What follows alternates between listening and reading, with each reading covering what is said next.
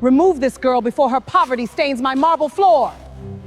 So sickness has now taught beggars how to enter executive buildings? Ma, please, that letter is not for you. My mother said Mr. Niyi Adeyemi must read it himself. It is urgent. Funked Coca-Colla's voice cracked across the grand lobby of Harbour Crest Tower like a whip. Every shoe stopped. Every head turned. Zara Okoro stood between two security officers, rainwater dripping from her faded dress onto the polished floor. One officer gripped her wrist. The other was dragging her towards the glass entrance, while wealthy executives watched as if she were rubbish being carried outside. "Ma, please," Zara cried. "That letter is not for you." "My mother," said Mr. Niyi Adeyemi, "must read it himself." "It is urgent." Funke snatched the envelope from her hand. She looked at Zara Okoro's worn sandals and laughed. "So sickness has now taught beggars how to enter executive buildings. You came here with one dirty envelope, thinking a billionaire will adopt your suffering." Then she tore the letter in half. The sound was small, but Zara Okoro's face broke. A faded photograph slipped from the envelope, spun once in the air, and landed at the feet of a man who had just stepped out of the private lift. Nobody breathed. Niyi Adeyemi bent down and picked it up. In the photograph, a younger version of himself was holding Amaka Okoro, the woman he had once planned to marry. On the back, one sentence was written in trembling ink. "Niyi, the young woman they are throwing out of your building is the daughter you were never allowed to know." Niyi slowly raised his eyes. "Release her." Funke So's smile vanished. And before that day ended, one hidden letter, one poisoned lie, and one corrupted DNA test would tear apart everything she had protected for 21 years. Do not miss what happens next, because the person shouting the loudest in that lobby was hiding the darkest secret. Tell us your city or country and your local time in the comments. And subscribe now if you believe no human being should be judged by their clothes, their sickness, or the money in their pocket. It was 10:47 in the morning, on Thursday, July 9, when the atmosphere inside Harbour Crest Tower changed. Only 30 seconds earlier, the lobby had been moving with its normal, polished rhythm. Receptionists answered calls beneath a suspended brass sculpture. Consultants tapped at phones while waiting for lifts. A cleaner pushed a silent trolley along the far wall, careful not to disturb men whose watches could pay her yearly rent. Now everybody was watching Zara. The security officer holding her left arm loosened his grip first. His name tag read Bodhi, and shame moved across his face when he realized the man giving the order was the founder of the entire company. The second officer released her more slowly. Zara pulled both wrists to her chest.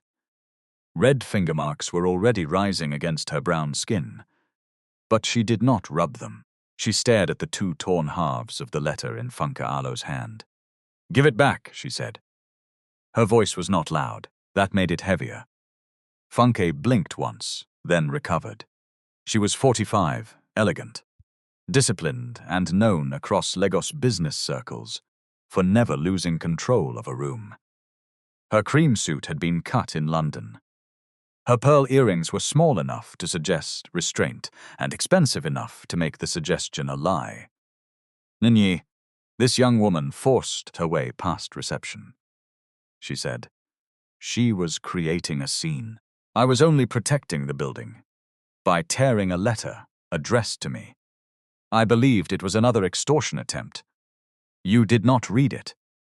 I did not need to. Look at her." That was the moment Funke made her first mistake in public. Niyi Alo's face did not change, but Lola George saw the muscle tighten beside his jaw.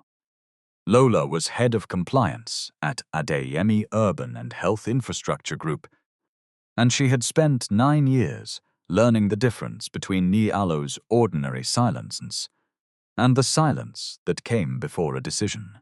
This was the second kind. Niyi looked at Zara properly. She could not have been more than 21. Her dark blue dress was clean but old, with careful stitches at the hem where it had torn before. A canvas bag hung from one shoulder, heavy with papers. Her sandals had taken in enough rainwater to squeak whenever she shifted her weight. Yet she was standing straight. "Your name?" Niyi asked. "Zara Okoro, sir." The surname struck him almost as hard as the photograph. He looked down again. He had forgotten that picture existed. It had been taken outside the old National Theatre in 2004, after a cheap stage play Amaka had insisted they attend. He remembered laughing because the photographer had told him not to squeeze his face. He remembered Amaka Alo's hand inside his. He remembered loving her. "Where is your mother?" "At Meridian Oncology Center in Ikeja." "Why?" Zara swallowed. "She has cervical cancer, sir. The doctors say it has spread beyond where surgery alone can solve it. She starts assessment for treatment today. But that is not why I came to beg you for money." Funke gave a sharp laugh. "You people always say you are not begging immediately before you start begging." Zara turned to her. "Ma, I did not speak to you." A few people inhaled. Funke Alo's eyes hardened. "Do you know who you are talking to?" "Yes. The woman who tore another person Alo's private letter without permission." The cleaner at the far wall lowered her eyes quickly, hiding the beginning of a smile. Niyi held out his hand, the letter. Funke did not move. Funke. She placed the torn pieces in his palm. The lobby remained so quiet that the trickle of water from Zara Alo's dress sounded loud. Niyi aligned the torn edges. Some words had been lost where the paper had ripped through blue ink, but enough remained. "Niyi, I am writing because time has finally become more expensive than my pride. The young woman carrying this letter is Zara. She is 21 years old. She was born on March 18, 2005. You are her father. I tried to tell you when I was pregnant. I wrote to your office. I sent emails. I came twice, but I was told you had instructed security never to admit me. Later, I received a message from your account saying you were engaged and wanted nothing to do with me or the child. I believed you had chosen your life. I am not asking you to love me again. I am not asking you to believe this paper without testing it. I am asking you to meet Zara before my treatment begins, because I do not know what my body will be able to carry in the coming months. Do not punish her for the decisions adults made before she was born. Amaka." Below the signature was a phone number and a final line, written more shakily than the rest. "Please verify everything. Just do not humiliate her before you do." Niyi read that line twice. Then he looked at the red marks on Zara Alo's wrists. Bode shifted his feet. "Sir," he began. "Madam Funke instructed us." "I did not ask who instructed you." Niyi Alo's voice stayed low. "I asked you to release her. You have done that. Go and wait in the security office." Both officers left. Funke stepped closer. "Niyi, you cannot possibly take this seriously because of one old photograph and a sick woman, Alo's letter." "A sick woman?" Zara repeated. "So you know my mother?" The question landed before Funke could prepare for it. "I know the name," she said. "Niyi mentioned her years ago." "He mentioned that she was sick?" "I meant, you said a sick woman Al's letter. The letter was folded when you took it. You never read it." Lola lifted her head. Niyi Alo's eyes moved to Funke. For half a second, something passed across her face. Not fear exactly. Recognition. Then it disappeared. Anybody carrying a hospital story into a corporate lobby is either sick or pretending to be. Funke said, "Do not twist ordinary words." Zara opened her canvas bag and removed a transparent folder. "I brought evidence," she said to Niyi. "My birth certificate. Copies of 3 registered letters my mother sent to your old office. Printouts of emails. Her treatment summary. You can examine all of it without giving us 1 naira. Niyi looked at the folder, but did not take it immediately. He had built his career by distrusting urgency. Urgency made people careless. Urgency made investors sign bad contracts and families sell land below value. He had taught his executives to slow down whenever somebody said, "You must decide today." Yet the woman in that old photograph had once known the scar on his left knee, the name of the teacher who beat him in primary school, and the exact way he liked plantain fried. Not too soft, not too brown. That knowledge had no place in a fraudster Arlo's script. "Lusa," he said. "Yes, sir. Book the small boardroom. Ask legal to send one person, not a crowd. Bring water and a first aid kit." Zara shook her head. "I do not need first aid. You are bleeding." She looked down. One of Fiancée Alo's rings had scratched the side of her hand when she grabbed the envelope. A thin red line had appeared. "It is nothing. No injury becomes nothing, because the person who caused it is rich." The words surprised Fiancée. They surprised Niyi too. He turned to Zara. You will come upstairs. You will explain everything once. Nobody will insult you. Nobody will touch you. After that, I will decide what can be verified today." Zara held his gaze. "My mother Elo's scan review is by 1:30. I must return before then. We will be finished before 12. I came by BRT and 2 buses. Lagos traffic does not respect promises. I will take you back." "No, sir. You do not have to behave like my father before you know whether you are." Niyi felt the words in his chest. Fiancée felt them too. By 11:06, Zara was seated in the small boardroom on the 17th floor. The room had 12 leather chairs, a screen built into the wall, and a view of rain crawling down the windows over Victoria Island. She refused the coffee. She accepted water only after Lola opened the bottle in front of her. That small act did not escape Lola. Neither did the way Zara arranged her papers by date. The legal representative was a quiet woman called Tola Daniels. She placed her phone face down and asked Zara Alo's permission before making notes. Fiancée arrived without being invited. Niyi looked at her. "This is a private matter. I am your fiancé and the company's CFO. If somebody is attempting to compromise you, it affects both your personal and corporate interests." Zara Alo's eyes moved from Fiancée Alo's engagement ring to Niyi Alo's face. She said nothing. "Sit," Niyi said. Fiancée sat beside him, close enough to suggest unity. Zara began with the birth certificate. It named Amaka Okoro as mother. The space for father was blank. "Why is my name not there?" Niyi asked. "My mother said." The registrar advised her not to enter the name of a man who was absent and had not acknowledged paternity. Fiancée leaned back. "Convenient." Tola looked at her. "Please allow her to finish."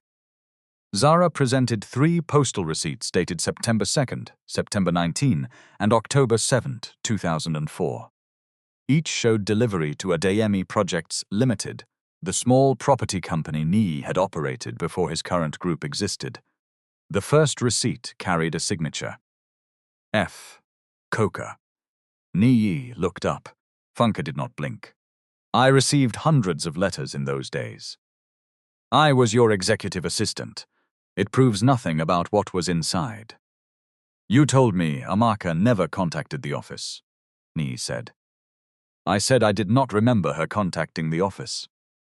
"That is not what you said. After 21 years, are we now prosecuting grammar?" Zara slid forward the email printouts. The first was from Amaka Alo's old account, dated August 26, 2004. "Niyi, please answer me. I am pregnant. Before you decide anything, let me speak to you face to face." The second was a reply from Niyi Alo's address. "There is nothing to discuss. I am engaged. Do not contact me or my office again. Whatever child you are carrying is not my responsibility." Niyi stared at the message. "I did not write this." Fiancée folded her arms. "Anybody can type an email and print it." "The header is on the next page," Zara said. My mother kept the full printout because she used a cybercafe and did not own a computer. Tola took the page carefully. This can be examined. Niyi Adeyemi's breathing had changed. He remembered the office computers of that period. Shared terminals. Weak passwords. Funke had managed his calendar, correspondence, and sometimes his email when he traveled. But suspicion was not proof. He forced himself to remain still. "Tell me about your mother Alo's condition," he said. Zara removed a hospital summary. She began bleeding irregularly last year. She thought it was menopause. Then she started losing weight and feeling pain in her lower back. She delayed proper assessment because the first clinic fees were more than she could manage, and because she was afraid of losing her teaching job. By the time she went for full evaluation, the doctors found cervical cancer. The MRI suggests it has spread into nearby tissue and lymph nodes. Dr. Sani says they need more tests before final staging and treatment planning. Why did she not come to me earlier? She did not want your money. She may die because she did not want my money. Zara Okoro's voice sharpened. She may die because illness is expensive, because fear makes people delay, because salary can finish before the month begins, and because she believed you had rejected her child before the child was born. Do not reduce 21 years to pride, sir. The room went still. Niyi did not answer at once. Zara inhaled and continued more quietly. She wrote the letter after Dr. Sani explained that treatment could make her weak for a long time. She wanted me to know where I came from. I told her I would bring it. She told me not to kneel, not to cry, and not to ask you for anything. Funke shook her head. A very sophisticated performance. Zara turned to her. Ma, you keep calling my mother a liar. Yet your signature is on the receipt for a letter you say you do not remember. Perhaps allow evidence to finish speaking before your mouth does. Funke pushed back her chair. Who trained this girl to speak to elders like this? My mother trained me not to confuse age with integrity. Tola coughed into her hand. Lola looked down at her notebook. Niyi almost smiled, but the feeling died before it reached his face. He stood. We are going to the hospital. Funke rose immediately. Niyi, you have the Port Consortium meeting at 12:30. Move it. That negotiation has taken 4 months. Then it can survive one afternoon. You are allowing emotion to disrupt the company. I am allowing a medical appointment to happen on time. He looked at Lola. Arrange a driver. Zara stood too. I can go alone. I said I would take you. And I said you do not owe me that yet. Niyi met her eyes. Perhaps I owe your mother the courtesy of hearing her before deciding she is lying. I failed to do that once. Funke Alo's fingers tightened around the back of her chair. The rain had reduced to a grey mist by the time Niyi Adeyemi's black SUV left Victoria Island. Zara sat in the back with Lola, not beside Niyi. Funke insisted on coming and took the front passenger seat as if defending territory. Traffic stalled near Falomo Bridge. Hawkers moved between cars with plantain chips, phone chargers, and bottled water balanced against their bodies. A young man knocked on the window offering umbrellas. Niyi waved him away, then noticed Zara counting crumpled notes in her bag. What are you doing? He asked. Checking what remains for transport home. You will not need transport money today. I did not ask you. Must every sentence become a fight? No, sir. Only the ones that try to turn help into control. Lola looked out of the window to hide her reaction. Niyi rubbed his forehead. Fine, I am offering transport. You may accept or refuse. I accept the ride because my mother Al's appointment is soon. Nothing more. Funke gave a dry laugh. Poverty with pride. Lagos has produced everything. Zara leaned forward slightly. Pride is not only for people with air-conditioned cars, Ma. The driver Alo's shoulders moved once. He was laughing silently. They reached Meridian Oncology Center at 1:19. The building was not luxurious.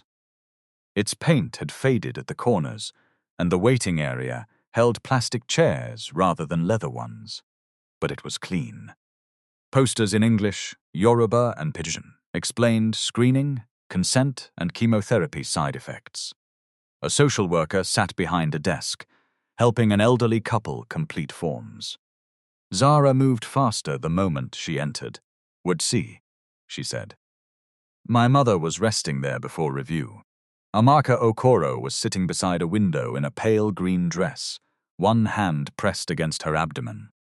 She had tied a scarf around her hair, though she had not yet begun treatment. Illness had narrowed her face and sharpened her cheekbones. But her eyes were the same eyes, Niyi remembered. She saw him. The paper cup in her hand fell. Water spread across the floor. Nobody moved. "Niyi," she whispered. He had imagined this reunion many times during the drive, but every imagined sentence abandoned him. Amaka. Her eyes moved to Funke. The weakness in her face changed into something colder. "You came with her." Funke lifted her chin. "I came to protect him from another manipulation." Amaka looked at Zara Alo's wrists. "What happened to you?" "It is nothing, Mummy."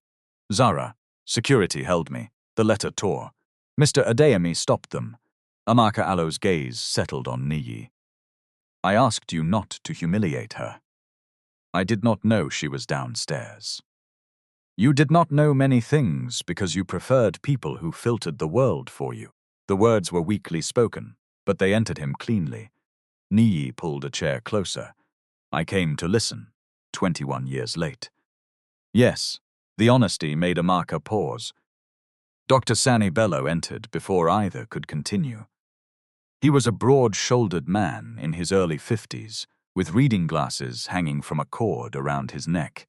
He looked from Amaka to the three strangers and frowned. "Hope no problem?" Amaka gave a tired laugh. "Doctor, the problem has arrived wearing a suit." Dr. Sani looked at Niyi. "Which one?"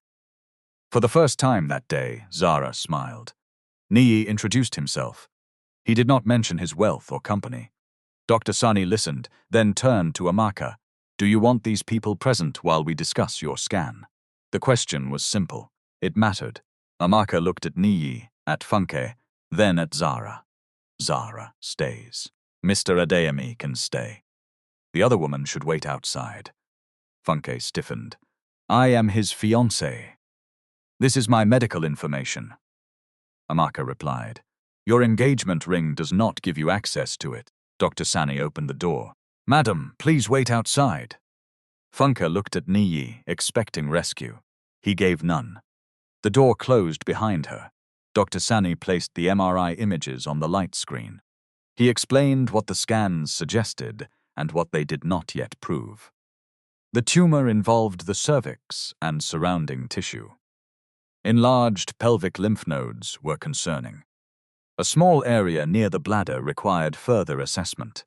More blood work, chest imaging, and possibly a PET scan would help determine the full extent. "Can she be cured?" Niyi asked. Dr. Sani did not soften the truth. "I cannot promise that. Anybody promising certainty before complete staging is selling hope like gala in traffic. What I can say is that treatment may control the disease, reduce it significantly, and possibly achieve remission. We need to know her kidney function, blood count, and general strength first. What is the best treatment? Likely combined chemotherapy and radiotherapy. But the final plan depends on results and on what Amaka chooses after we explain benefits and risks. I will pay for whatever she needs." Amaka turned sharply. "I did not ask." But Dr. Sani raised one hand. "Mr. Adeyemi, money can remove some barriers. It cannot replace consent. This is Amaka Alo's body. She will decide after she understands the plan." Niyi nodded. "Understood." Dr. Sani studied him for a moment, then continued. "Treatment could cause nausea, fatigue, diarrhea, low blood counts. infection risk, and temporary or lasting changes to bladder and bowel function. Amaka might need time away from work. She would need transport, nutrition support, and somebody to monitor warning signs. Zara had already written everything down.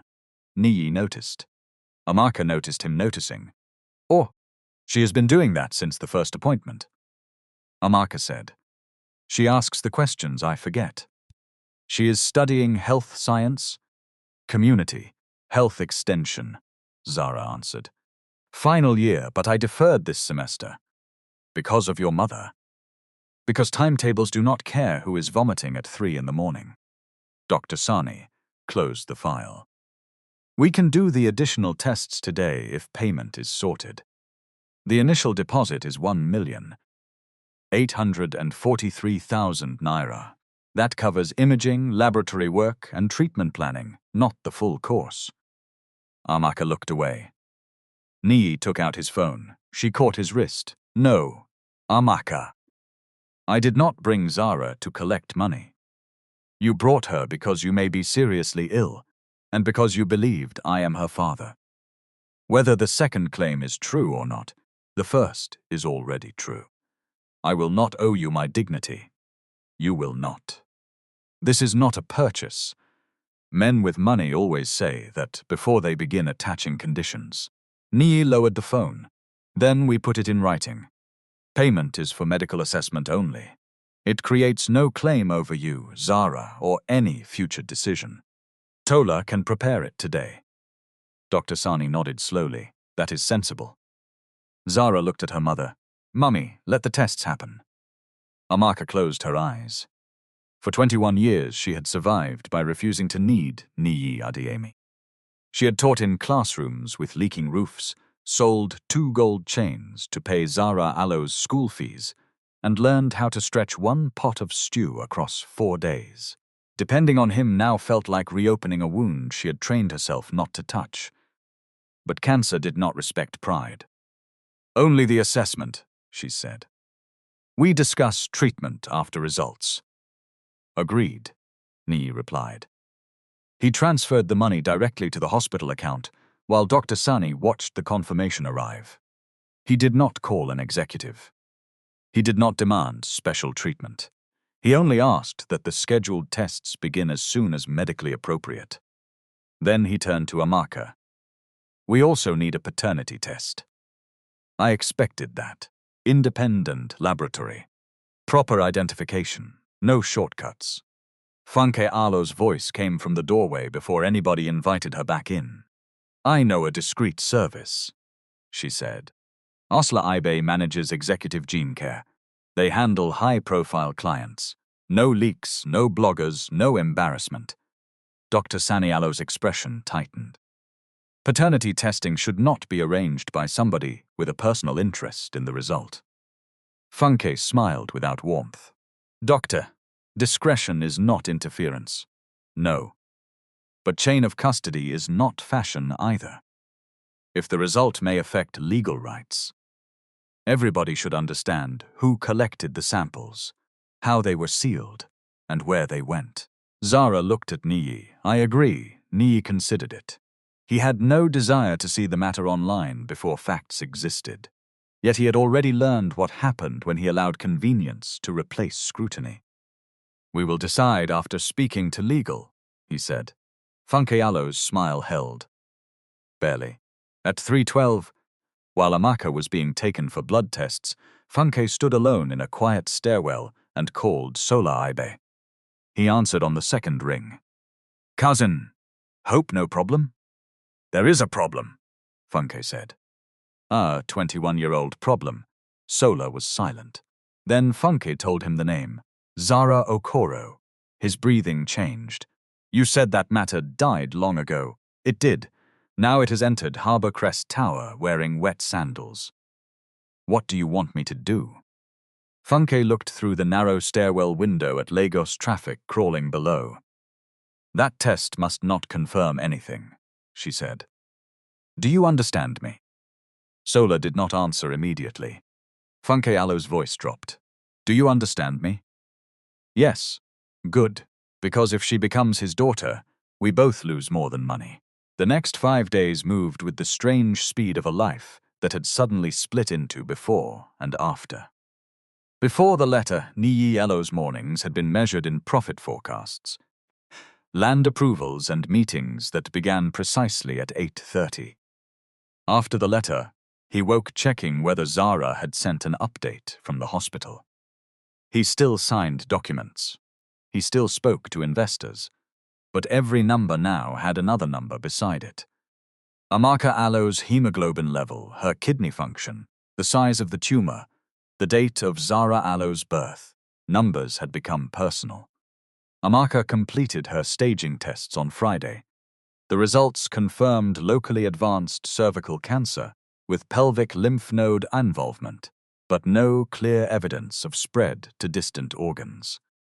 Dr. Sani explained that the disease was serious, yet potentially treatable with combined chemotherapy and radiotherapy. He did not call it a miracle. He called it work. The treatment will happen over several weeks, he told Amaka on Monday morning. Radiotherapy 5 days each week, with chemotherapy given at intervals to make the radiation more effective. We will monitor your kidneys, blood counts, and hydration. Some days you may feel manageable. Some days you may feel as if a trailer passed through your body. Amaka squeezed her face. Doctor, must you describe it like that? I prefer fear that is informed to courage that is blind. Zara wrote the phrase down. Niyi sat across from them in a plain chair. Funke had wanted to attend, but Amaka refused. This time, Niyi did not argue. What happens if she cannot tolerate it? He asked. We adjust. We pause if necessary. We treat side effects. We do not continue simply because a rich man has paid and wants a dramatic result. Niyi nodded. You enjoy correcting me. Dr. Sani smiled. You are a man surrounded by people who agree too quickly. Consider my service part of the treatment package. Amaka laughed, then pressed a hand to her abdomen when the laugh became painful. The laughter died. Niyi noticed how Zara moved before anybody asked. She adjusted the cushion behind her mother, opened a bottle of water, and checked whether the pain medicine had been taken on time. Her movements were practiced, almost automatic. How long have you been doing this alone? He asked. Zara did not look at him. Long enough, Amaka answered for her. Since March. My sister stayed for 2 weeks, but she has her own family in Ibadan. Zara has been the one carrying everything. You deferred school? I already told you. I know. I am asking what you need to return. Zara capped the water bottle. My mother to be stable. Tuition. Transport. Time. The ordinary things. I can provide those. You can provide money. Time is not sold at Eco Hotel. Niyi sat back. Amaka looked between them. Both of you speak as if every conversation is a wrestling match. He starts, Zara said. She refuses every reasonable offer, Niyi replied. She has survived people whose offers had hooks inside them, Amaka said. Allow her to inspect yours. Niyi absorbed that without defense. Later that afternoon, he arranged a serviced 2-bedroom flat in Ikeja, 11 minutes from Meridian Oncology Center, during light traffic, and considerably longer when Lagos decided to be Lagos. It was not his penthouse. It was not filled with gold fittings or servants. It had a lift, reliable electricity, a small kitchen, and enough space for Amaka to rest without climbing 3 flights of stairs to the room they had rented in Yaba. He presented it as an option, not a command. Amaka resisted for 40 minutes. Zara resisted for 23. Dr. Sani ended the debate. My patient cannot be climbing stairs after treatment because 2 proud people are competing over who can reject help more beautifully. Move closer. Keep your receipts. Sign whatever agreement protects you. But move. So they moved. Tola Daniels prepared a 6-page document stating that the flat and medical payments were temporary support, with no condition of paternity, inheritance, publicity, romantic reconciliation, or control over treatment. Zara read every paragraph. She asked for 2 clauses to be changed. Niyi agreed. That impressed her more than the flat. For the first week, Niyi visited only when invited. He brought no photographers and posted nothing online. He sent food through a catering service, but Zara cancelled it after the 3rd delivery because the meals were too spicy for Amaka Alo's stomach and too wasteful for 2 people. Then tell them what to cook, Niyi said over the phone. We can cook. You are spending 6 hours daily at the hospital. I said we can cook. Zat. Sir. Why do you answer Sir Alo as if it is an insult? Because sometimes you say my name as if it is an instruction. There was a pause. Then Niyi laughed. It surprised both of them. The following evening, he came with boiled yam, mild fish stew, and pawpaw packed by an older cook who had worked for his mother. Amaka ate more than she had eaten all week. Zara did not thank him immediately. After washing the plates, she came to the sitting room where he was reading one of Amaka Alo's old school reports. Thank you, she said, for the food? For listening when I said the first food was wrong. He closed the report. That should not be extraordinary. It is when people have money. Many of them think paying gives them the right to stop hearing. Niyi looked at her. You have strong opinions about rich people. I have strong opinions about anybody who thinks another person Alo's need is permission to disrespect them. He nodded slowly. Fair. Zara noticed the report in his hand. It was from the school where Amaka had taught before illness forced her to take leave. You are reading Mummy Alo's appraisal? She taught 47 pupils in one class and still had the highest literacy improvement in the district. She is good. She always was. The way he said it made Zara study him. What happened between both of you? Niyi did not answer quickly. The easy version would have blamed Fiancée. The honest version required him to include himself. I believed your mother was seeing another man, he said. I was shown photographs of her leaving a restaurant with somebody. They were holding hands. One picture looked like they were kissing. Were they? I never allowed her to explain. That is not an answer. No, I do not know. You ended the relationship without meeting her, I called. She tried to speak. I shouted. Then I blocked her. Zara Alo's expression changed, not anger, disappointment. Niyi found that harder to carry. You are not the innocent victim you are telling yourself you are, she said. I know, do you? He looked down at the report. I am beginning to. The paternity test was scheduled for Wednesday, July 15. Tola had recommended 2 accredited laboratories and a formal collection process, with identity verification, photographs, witnessed sealing, and documented transfer. Fiancée argued that such a process would create too many records and increase the risk of a leak. Executive Gene Care handles ministers, actors, and high-net-worth families, she said during a private meeting in Niyi Alo's office. They can collect at home. Results in 48 hours. Quietly. Lola sat at the end of the table. Are they on our approved medical vendor list? This is personal, not company business. Then why are you selecting the vendor? Fiancée turned. Because I know discretion. And you know the manager personally, Lola said. Sola Ibe is related to your mother. Fiancée Alo's face remained calm, distantly. That is a conflict. No, it is familiarity. Niyi rubbed his temple. He had already received 2 anonymous emails asking whether he had a secret daughter. Somebody at the hospital or company was talking. He wanted the question settled before gossip hardened into public fact. Tola will attend the collection, he said. Zara receives copies of every document. The samples are sealed in front of us. Lola opened her mouth. Niyi raised one hand. This is the decision. It was his first serious mistake after the letter. Not because executive gene care was automatically unreliable, but because he allowed secrecy to outweigh independence.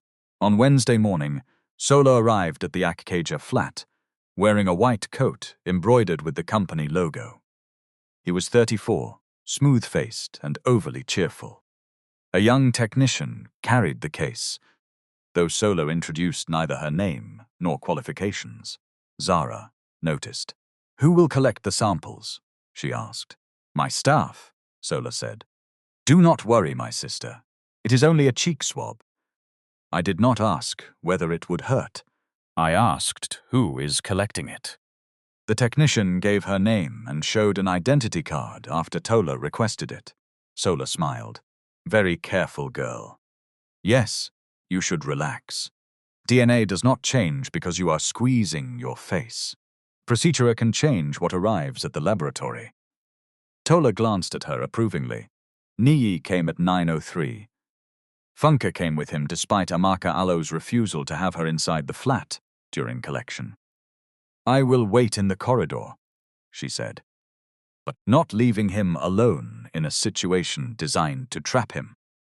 Amaka stood in the doorway, thinner than she had been the previous week.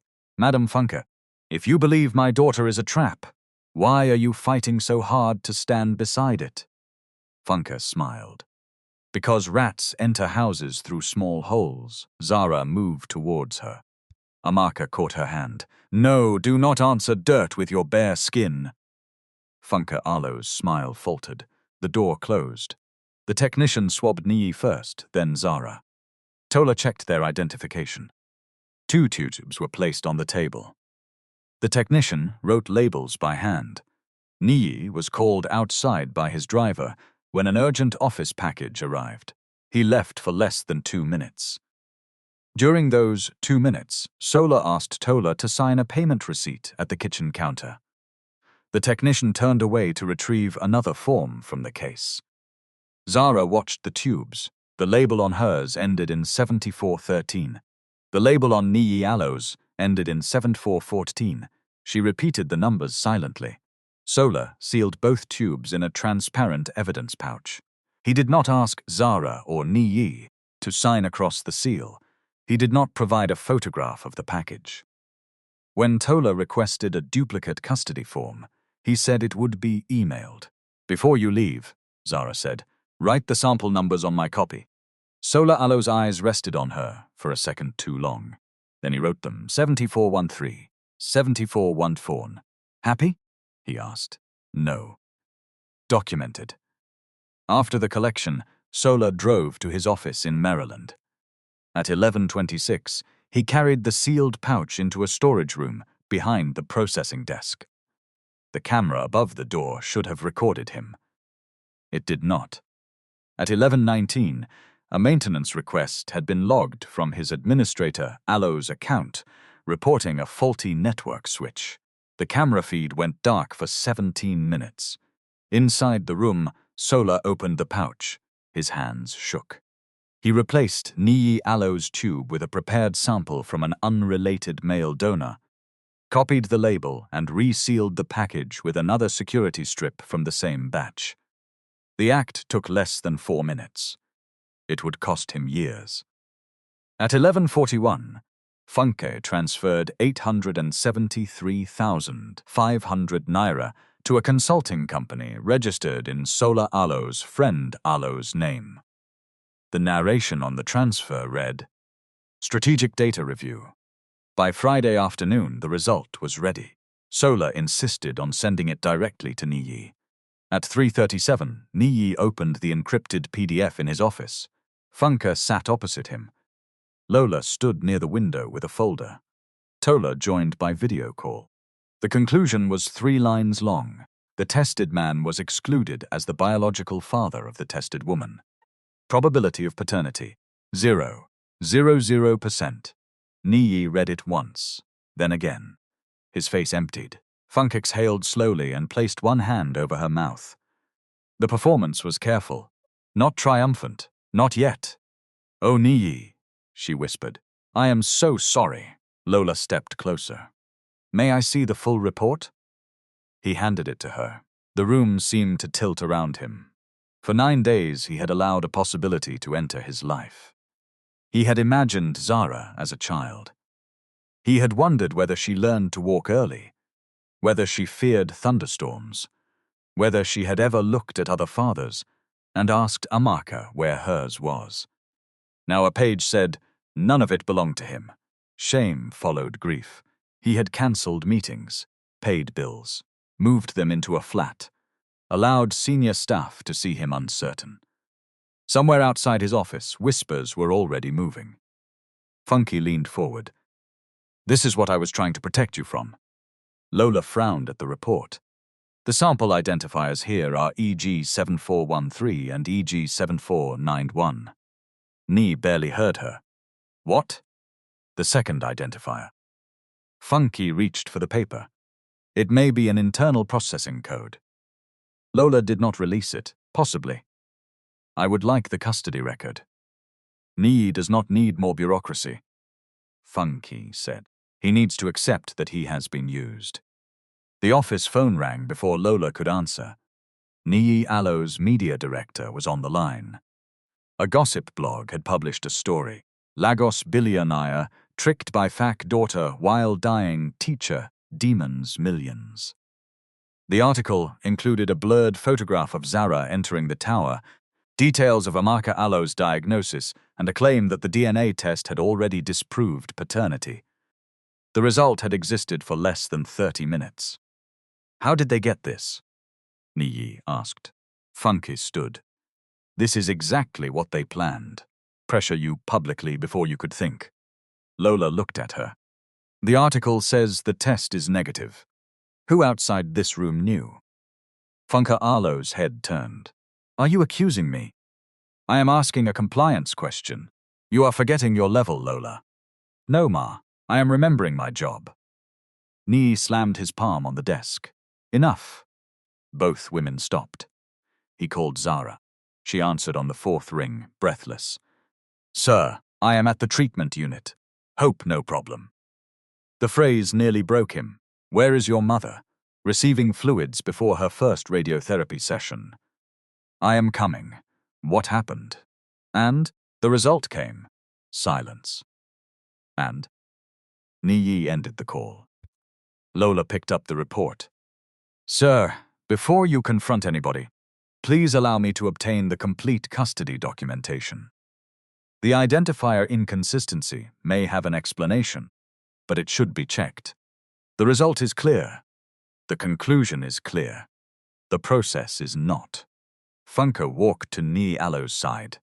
Do not let technical language confuse what is obvious. They lied. Niyi took the report from Lola. He left. At Meridian Oncology Center, Zara was standing outside the infusion room when he arrived. She had seen the blog post. So had 2 nurses, 3 patients, and the woman selling snacks near the entrance. People were pretending not to look at her. Niyi held out the report. You are not my daughter. Zara read his face before she read the page. My mother did not lie. The test excluded me. Then something is wrong. The laboratory is wrong. The emails are real. The letters were hidden. The blog is lying. Everything that disagrees with your mother must be wrong. Her eyes hardened.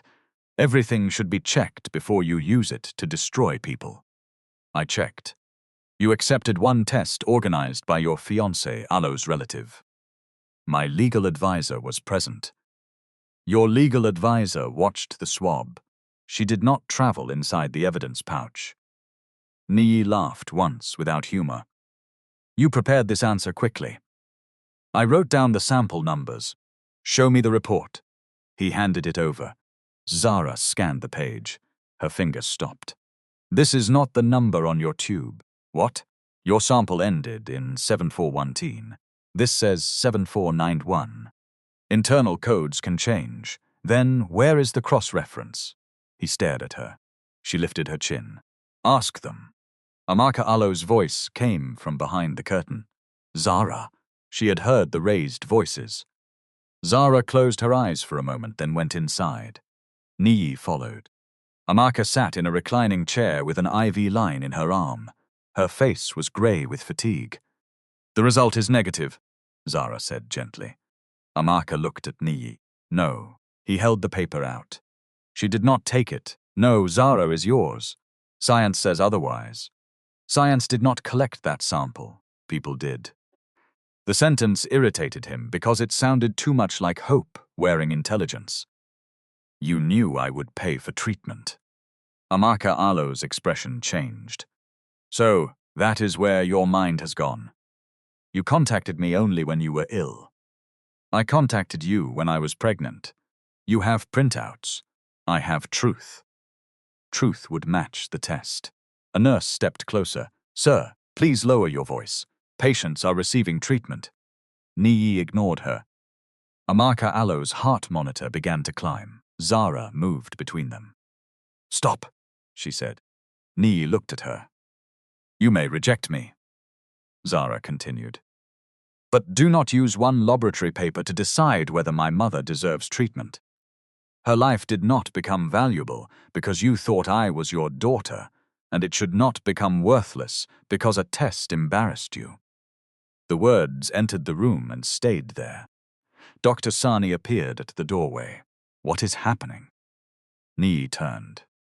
"The paternity test is negative, and that requires shouting beside a woman receiving her first treatment. I am being told the result is fraudulent. Then investigate it. I already did the test." "You did a test.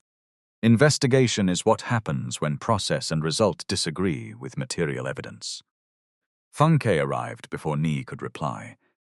She had followed in another car. "Doctor, please do not encourage this manipulation," she said. "The test has settled the matter." Dr. Sani looked at her. "Madam, you are not my patient, not her lawyer, and not the laboratory scientist. Why are you always at the center of this matter?" Fiancée's face tightened. Amaka removed the IV hand from beneath the blanket and pointed weakly towards the door. "Both of you should leave." Niyi Alo's anger rose again. "Fine. I will continue paying for the treatment already approved. I am not withdrawing that. But the flat was arranged because I believed Zara was my daughter. You will have 14 days to make another arrangement." Zara stared at him. Amaka shut her eyes. Fiancée exhaled through her nose. Dr. Sani looked disgusted. "You could have sent that information through your lawyer tomorrow." "I prefer clarity." "No, sir. You prefer punishment while calling it clarity." Niyi flinched. He left before anybody saw it. That evening, Zara packed every item Niyi had sent to the flat. She separated food already opened from sealed goods. The unopened items went to the hospital social work office for patients in need. The new phone remained in its box. The keys lay on the table beside the 6-page agreement. Amaka watched from the sofa, a basin near her feet, because nausea had started. "We have 14 days," she said weakly. "We will not stay one more night. Zara, your anger is carrying you on its head. No, Mummy. My dignity is walking on its own legs. Where will we go?" "Back to Yaba for now. I will ask the landlord to let us use the downstairs room." "You cannot lift me up those stairs. I will find another place." "With what money?" Zara stopped folding a blouse. For the first time since the result arrived, her face cracked. "I do not know." Amaka opened her arms. Zara knelt beside her and pressed her face into her lap, careful of the treatment line still taped to her hand. Neither cried loudly. The room held only Amaka Alo's fingers moving through her daughter Alo's hair and the distant hum of the generator below. At 9:18, Zara sent Niyi one message. "The key is with reception. The flat is empty." The sample number written in front of me was EG7414. "Your report carries EG7491. I have filed a written request for the full chain of custody record. I will not contact you again unless the evidence requires it." Then she switched off the phone he had bought and returned to her old device with a cracked screen. Niyi read the message in his study. Funke stood behind him with 2 glasses of wine. "She is clever," she said. "Even her exit is designed to make you doubt." Niyi kept staring at the numbers. 7491.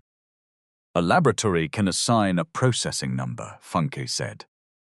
"Do not let a poor girl's confidence make you think she understands science better than professionals." Niyi turned. Why did the blog know the result? Funke Alo's hand paused halfway to the table. "Probably somebody at the lab.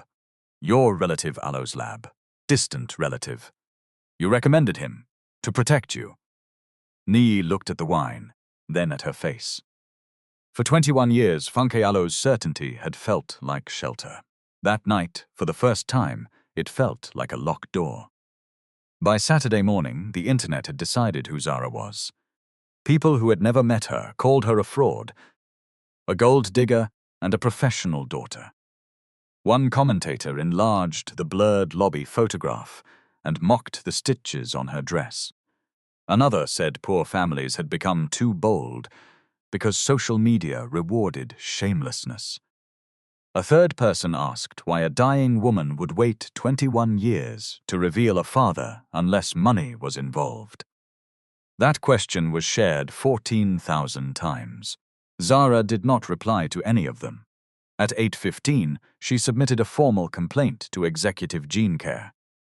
The letter did not accuse Sola of switching samples. It listed observable failures: incomplete identity documentation, failure to provide signed seal photographs, conflicting sample identifiers, absence of a complete custody form, and a potential conflict because the service provider had been selected by a person with a direct interest in the outcome. She copied Tola, Niyi, and the Consumer Protection Office named in the laboratory Alo's terms. "Facts first." "By 10:03, Sola replied. He said the identifier difference reflected routine internal accessioning. He attached a 1-page custody summary showing EG7414 converted to EG7491 during processing. The conversion line carried the initials SI. Zara read it twice. Then she checked the time. According to the form, the conversion happened at 10:52 on collection day. At 10:52, the sample pouch had still been on the table in the Ikeja flat. Tola Alo's time-stamped photograph showed Sola holding it there at 10:56. Zara forwarded both documents to Tola. The reply came 3 minutes later. "Do not contact the laboratory by phone. Preserve every email. I am opening a legal evidence folder." Meanwhile, Lola George was asking different questions. She began with the gossip leak. The media director showed her the anonymous email that had led the blog to publish. Its attached PDF contained metadata naming the creator as Fukoka Laptop 2. Metadata could be altered, but it could also be stupidly honest. Lola requested the company Alo's endpoint logs. Funke Alo's second laptop had exported a PDF at 3:31 on Friday 6 minutes before Niyi opened the official result. The file name was Zara Findenullering, PDF. There was no legitimate reason for Funke to possess a final result before Niyi. Lola printed the log and placed it in a locked evidence cabinet. Next, she examined the vendor relationship. Executive Gene Care was not on the group Alo's approved list. Funke had used her executive authority to classify the test as confidential reputation management, then directed payment through her own office. The invoice was for 295,000 naira. The additional transfer of 873,500 naira did not appear in company accounts because it came from Funke Alo's personal bank. Lola did not know about that transfer yet, but banks remembered what people hoped to forget. At the Yabas house, Amaka Alo's first 48 hours after treatment were brutal. She vomited until only bitter fluid came up. Her legs became weak. She could not tolerate the smell of stew, soap, or even the menthol balm she had used for years. Zara slept on a mat beside the downstairs room the landlord had allowed them to use temporarily. Every 2 hours, she checked Amaka Alo's temperature. She recorded fluid intake on paper because the cracked phone battery could not be trusted. At 2:40 on Sunday morning, Amaka Alo's temperature reached 38.4 degrees. Zara called Meridian. The nurse told her to bring Amaka immediately because fever during cancer treatment could signal infection, especially when blood counts were low. Zara did not wait for daylight. She woke the landlord, borrowed his car, and sat in the back, holding her mother upright while he drove through empty streets. Amaka was admitted for observation and IV antibiotics. The treatment had not started killing the cancer so strongly that the body was celebrating. That was the romantic nonsense strangers posted online. Her body was under stress, and stress required medical attention. Dr. Sani explained it to Zara at 4:17. "You did the correct thing by calling," he said. "Do not wait with fever because somebody tells you to be strong. Strength is not staying at home until danger becomes drama." Zara nodded, exhausted. "Will the treatment stop?" "We may delay the next chemotherapy dose depending on her blood count. Delay is not failure. Adjustment is part of treatment." "Will the cancer grow because of a delay?" "One short delay does not automatically erase benefit. We balance treatment against what her body can safely carry." Zara wrote that down too. At 6:05, while Amaka slept, an elderly woman in the next bay began crying over a consent form. Her son had left to find money for food. She could read simple English, but not the medical language describing possible side effects. Zara moved her chair closer. "Ma, has the doctor explained it to you?" The woman shook her head. "They talked, but my head was turning. I do not want to sign what I do not understand. You should not." Zara called the nurse and asked for the doctor to explain again in simpler language. While they waited, she helped the woman list questions. What is the purpose? What are the common risks? What happens if I refuse? Are there alternatives? Can I take time to decide? She did not tell the woman what to choose. She helped her ask. Niyi saw this from the corridor. He had come because Dr. Sani called to say Amaka had been admitted. He stood there for almost a minute without entering. Zara Alo's hair was tied carelessly. Her eyes were swollen from lack of sleep. She wore the same faded blue dress from the lobby because there had been no time to change. Still, she was helping somebody else, not performing for him. She did not know he was there. Niyi felt something inside him become unbearable. He had spent 2 decades building systems for buildings, hospitals, and housing estates. He demanded redundancies in power supply, independent checks in procurement, and audit trails for every major contract.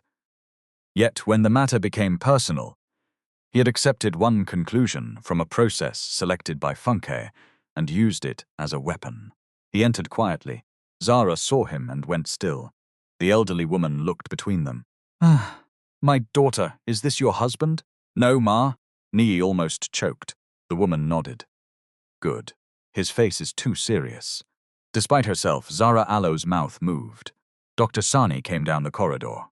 "Mr. Adeyemi, hope no problem? I heard Amaka was admitted. She is stable." Zara acted quickly. "Can I see her?" "That is for Amaka to decide when she wakes." Niyi accepted the correction. Then he turned to Zara. "I came to apologize." She looked at the sleeping patients around them. "This is not the place." "Then tell me where." "There is a courtyard downstairs." They went down at 7:10. Rainwater still clung to the leaves around the concrete benches. A security man slept behind the gate with a radio against his chest. Niyi remained standing. "I was wrong to confront your mother during treatment," he said. "I was wrong to withdraw the flat in anger. I was wrong to speak as if the result proved motive as well as biology." Zara sat with both hands around a paper cup of tea. "Continue." I allowed humiliation to decide my behavior. Continue, he breathed out. I punished you because I felt foolish. Yes, I am sorry. She watched him for a long moment. An apology cannot order my heart to become soft, sir. Let the truth arrive first. Then let your conduct show whether the apology has legs. I understand, do you? I am trying to. She looked down at her tea. The flat was not the worst part. What was? You saw my mother attached to an IV and decided that was the correct moment to prove you could still control something. Niyi had no defense. You were correct to ask for a test, Zara continued. You were correct not to accept a letter as proof. But suspicion does not require cruelty. Procedure does not require contempt. I know. Now you know, he nodded. What do you need today? He asked. For you not to ask that as if a check can repair the morning. Then what can I do? Pay the treatment invoice you already promised. Do not make new promises while angry or guilty. Ask your compliance officer why the blog had the result before we did. Ask the laboratory for the raw data and full custody record, and leave my mother Alo's medical decisions to my mother. Niyi sat beside her. You should have been a lawyer. I prefer work that helps people before court becomes necessary. They sat in silence. At 8:02, Amaka woke and agreed to see him for 5 minutes. Niyi entered alone. She looked smaller beneath the hospital blanket. A cannula ran into her wrist. Her scarf had slipped, revealing strands of hair damp with sweat. I am sorry, he said. For which year? All of them, beginning with this week. Amaka turned towards the window. The result is wrong. I have asked Lola to investigate the process. You should have investigated before you broke Zara Alo's heart. Yes, that answer made her look back. Funke arranged the photographs 21 years ago, Amaka said. I could never prove it. The man was a colleague from teacher training college. He had just lost his father. Outside the restaurant, he hugged me. One photograph caught his cheek near mine. Another caught him holding my hand while I consoled him. His name? Dare Balogun. He moved to Canada years ago. We were never lovers. Niyi closed his eyes briefly. Amaka continued. After you blocked me, I came to your office on September 2. Funke met me downstairs. She said you had instructed her to keep me away. I gave her a letter. The receipt carries her signature. I came again on September 19. She showed me your engagement announcement. I was not engaged. I know that now. She told you I was. She showed me a card with your name and hers. She said the ceremony was private. Niyi felt cold. Amaka reached into the drawer beside the bed and removed a plastic envelope. Inside was a yellowed printout. This is the email I received from your account. He had already seen a copy. The original carried more. At the bottom, the cybercafe printer had included full header data and a timestamp. August 26, 2004, 9:14 p.m. Niyi remembered that date. He had been on a flight to Abuja from 8:35 until 9:47. Internet access on domestic flights did not exist then. The message had been sent while his phone was off, and his office computer was accessible to Funke. Why did you keep this? He asked. Because when somebody rewrites your life, paper can remind you that you are not mad. Niyi held the brittle page carefully. I need to take a forensic copy. You may photograph it. The original stays with me. Fair. He photographed each page while Amaka watched. Before he left, she spoke again. If the second test also says you are not Zara Alo's father, what will you do? Niyi looked towards the door, where Zara Alo's shadow moved past the glass. I will accept the biology. And her? He thought before answering. I will not pretend the last 2 weeks did not happen. I will not abandon your treatment. I will apologize without asking her to continue calling me anything. Amaka studied him. That is better than the man who entered here on Friday. Not difficult. By Monday, Lola Allo's investigation had become formal. She preserved the laptop export logs, copied the gossip email metadata, and asked the IT department to create an image of Fiancée Allo's device without alerting her. Tola obtained a court-backed preservation notice preventing executive gene care from deleting footage, custody records, access logs, or payment documents. Sola called Fiancée at 6:33 that evening. "They are asking for the storage room footage," he said. "You told me the camera failed." "It did." "For how long?" 17 minutes. "Then what is the problem?" "The network log shows the camera was disabled from my administrator account." Fiancée closed her office door. "Say maintenance used your account." "There was no maintenance person in the building. Create one." "Funk, this is not an invoice you can edit. They sent a preservation notice." Her voice became soft. "Do you remember the 23 million naira tax issue I solved for you last year?" Sola went quiet. "Do you remember who kept your wife from discovering the apartment in Lekki?" "That has nothing to do with... It has everything to do with whether you become brave now. Fix the records. If I alter anything after notice, it becomes worse. It is already worse. Choose who you want standing beside you." She ended the call. Sola stared at his phone. For the first time, he understood that Fiancée never stood beside anybody. She stood behind them until pushing became useful. On Tuesday, Niyi requested a second paternity test through a laboratory selected jointly by Tola and a medical geneticist who had no relationship with any party.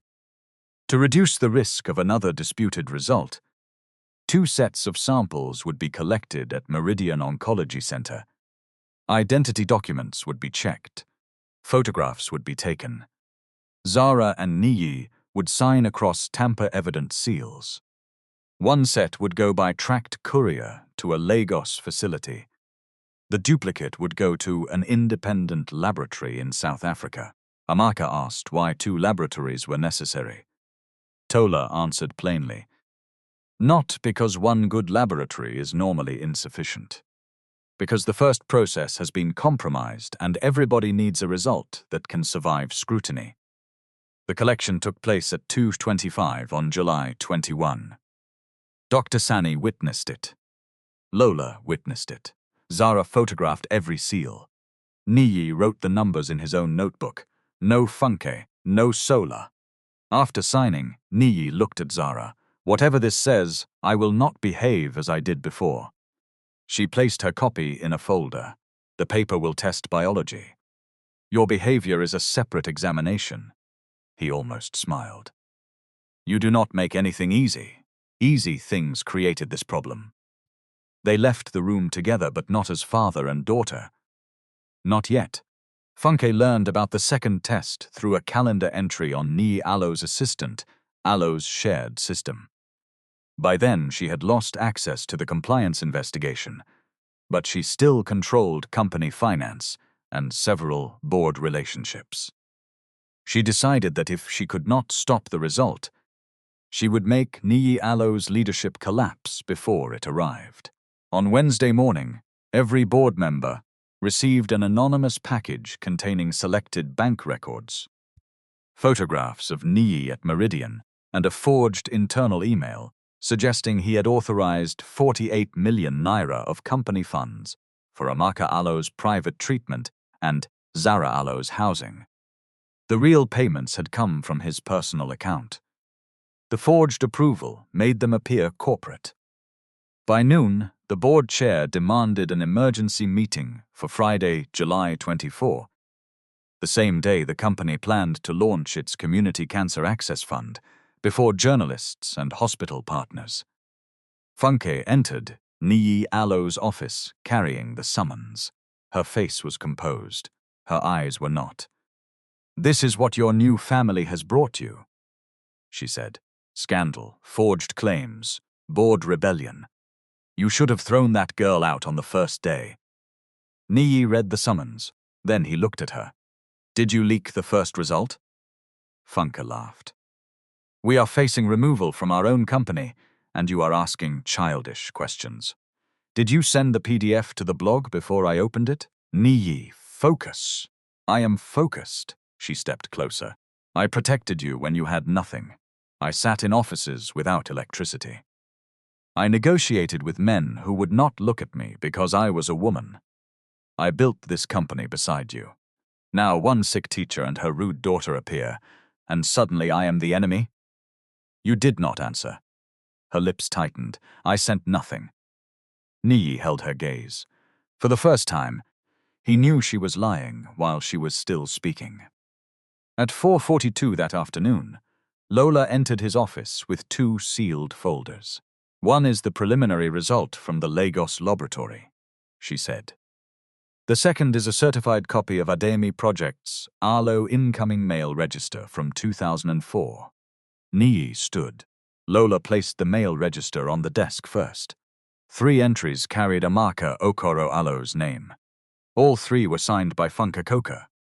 Beside the 3rd entry, in Funke Alo's own handwriting, were 6 words: return if she comes again.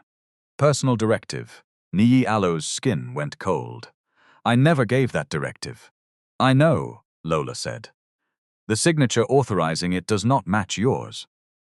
The ink impression suggests Funke wrote the note and added your initials. Niyi looked at the sealed laboratory envelope. Open it, he said. Lola did.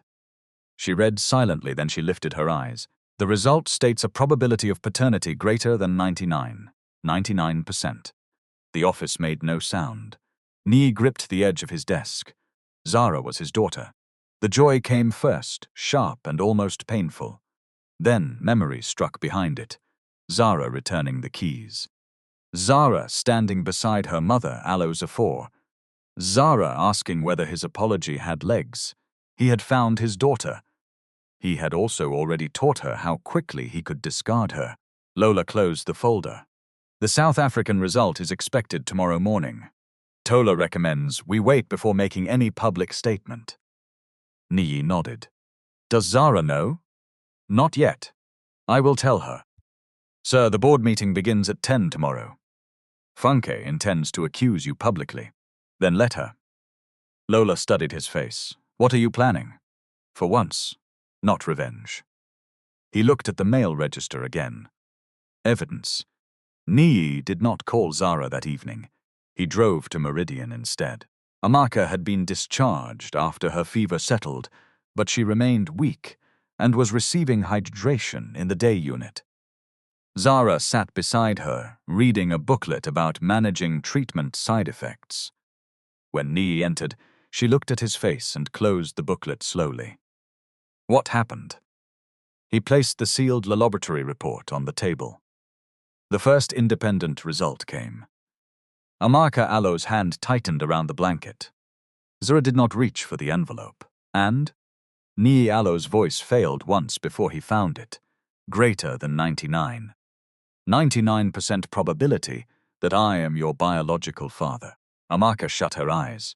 One tear moved down the side of her face. Zara remained still. Niyi had expected relief, perhaps anger, perhaps even an embrace he knew he had not earned. What he saw instead was a young woman protecting herself from hope. The second laboratory, she asked. Tomorrow morning, then we wait. Niyi nodded. Yes. Amaka opened her eyes. I did not need 2 laboratories to know who fathered my child. No, Niyi said. But Zara needed a process nobody could poison. That answer reached her. Zara picked up the report at last. She read the names, the seal references, the loci table, and the conclusion. Her fingers trembled only when she reached the final paragraph. You are my father, she whispered. Yes, the word filled the space between them. Zara looked at him. Do not ask me to call you daddy today. I will not. Do not announce me to newspapers. I will not. Do not use this result to make decisions for my mother. I will not. She searched his face as if checking for hidden conditions. Then she asked, What will you do? Niyi sat down opposite her. Tomorrow, I will present the evidence to the board. Funke forged internal records to make it appear I used company money for your mother Alla's treatment. The meeting will include journalists because of the fund launch. I would prefer to handle the paternity matter privately, but Funke has already made it public and used you as an accusation. Zara Okoro's expression hardened. So you want me on a stage? No. I want your permission before your name, medical information, or test result is shown. You may refuse. We can redact everything and deal with the company issue without your presence. She looked at Amaka. Amaka spoke carefully. What do you want, Zara?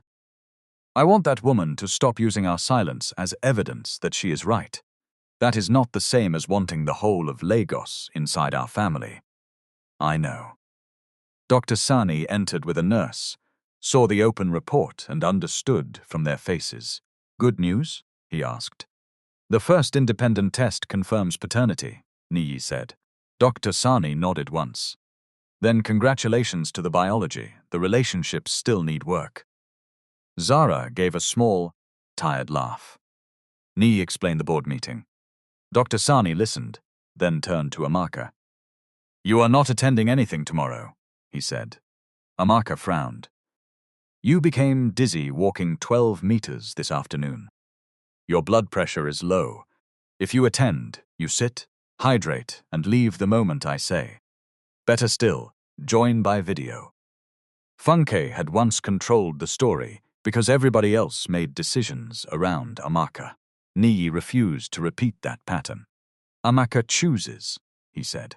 She looked at him with surprise. I will attend, she decided. Not for the whole event, only the evidence session. I want to hear what she says when paper can answer her. Zara nodded. Then I attend too. Niyi turned to her. The Tola will explain exactly what can be disclosed.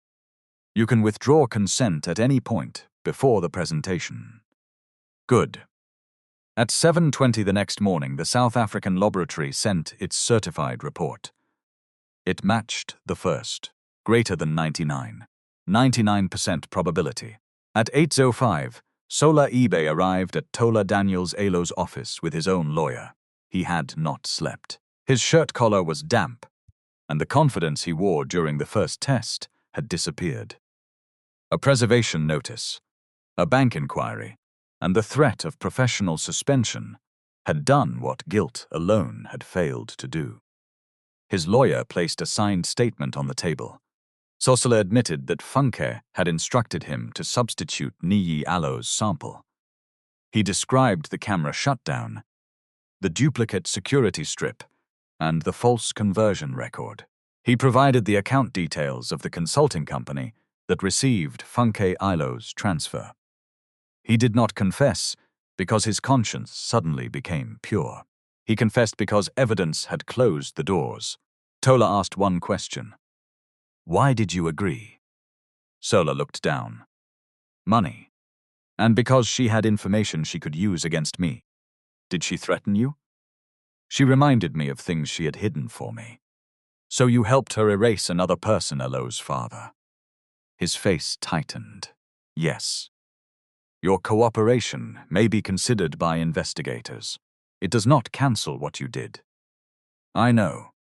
At 9:32, Harbour Crest Tower filled with guests for the Community Cancer Access Fund launch. Banners stood behind the registration desk. Doctors, charity representatives, journalists, and investors moved through the same marble lobby where Funke had ordered Zara thrown out 15 days earlier. Zara entered through the main doors. This time, nobody touched her. She wore a simple rust-colored dress borrowed from her coursemate and flat black shoes. Amaka walked beside her with a cane, moving slowly. Dr. Sani had insisted on a wheelchair, but she agreed only to let one follow behind. Bode, the security officer who had gripped Zara Okoro's arm, was at the checkpoint. He lowered his eyes. Miss Okoro, he said, I am sorry for what happened that day. Zara stopped. Funke had given the instruction, but his hands had carried it out. "Why did you obey her?" Zara asked. Bode swallowed. "I was afraid of losing my job. Were you afraid I would lose my dignity?" He looked at the floor. "No. That is the part you should think about." "I have thought about it every day," Zara nodded. "Then next time, ask what a person has done before you drag them like a thief." "Yes, Ma." She walked on. Forgiveness did not require pretending nothing happened. The emergency board session began at 10 in the 23rd floor conference hall. The first 3 rows held directors and legal advisors. Behind them sat fund partners and invited press. The public launch was scheduled for 11, but Funke had demanded that the governance allegations be addressed first. She arrived in a dark red suit. Her makeup was flawless. She had spent the previous night preparing to destroy Niyi Adeyemi's credibility before he could destroy hers. The board chair, Chief Kola Adebayo, opened the meeting. He was 61, impatient and known for disliking surprises, unless he had arranged them. "We are here to address allegations of misuse of corporate funds, undisclosed conflicts, and reputational damage." He said. "Because documents have already leaked, and the charity launch involves public partners, Council has advised a transparent evidentiary session." Funke requested the floor. She stood with a folder in her hand and sorrow arranged across her face. "For 21 years, I have protected this company and the man who founded it," she began. "2 weeks ago, a young woman entered our building with an emotional claim and a carefully prepared medical story. Mr. Adeyemi abandoned proper judgment. He diverted resources, disrupted negotiations, and allowed personal guilt to influence corporate decisions." Zara sat beside Amaka in the second row.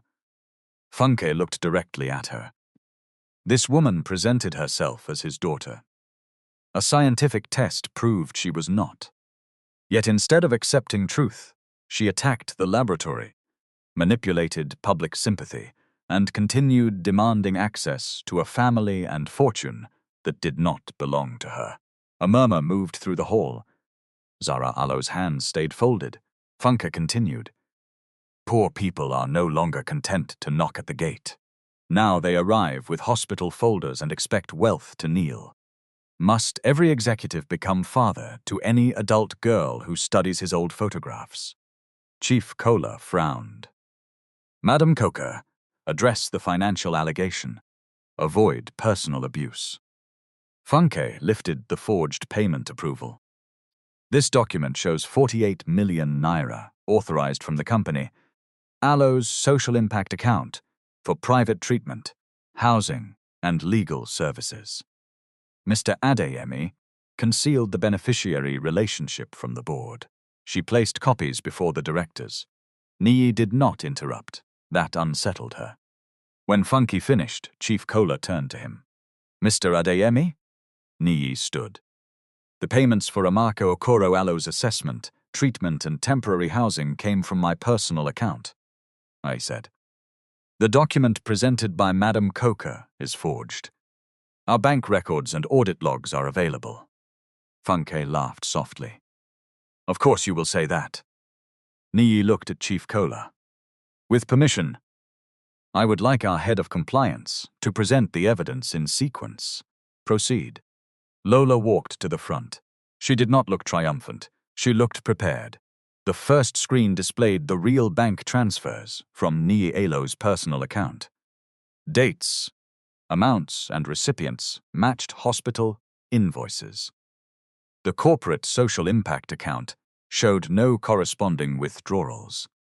The second screen displayed the metadata of the forged approval. It had been created on Funke's laptop at 2:11 on Tuesday morning. Funke rose. "Metadata can be manufactured." Tola spoke from Council's table. "Correct. That is why the device image, server log, and cryptographic hash have been preserved for independent examination." Funke sat. Lola showed the gossip leak next. The negative paternity PDF had been exported from Funkalo's second laptop at 3:31 on July 17, 6 minutes before Niyi received the official report. The anonymous email to the blog had been sent through a temporary account created from the same device. The room changed. Journalists stopped typing for 1 second, then typed faster. Funke Alo's face remained still, but one hand closed around her pen. "This proves only that I received information early and tried to manage a crisis," she said. "How did you receive it?" Chief Kola asked. "From the laboratory." "Why?" "I was protecting the company." Lola moved to the next slide. This is the first laboratory report.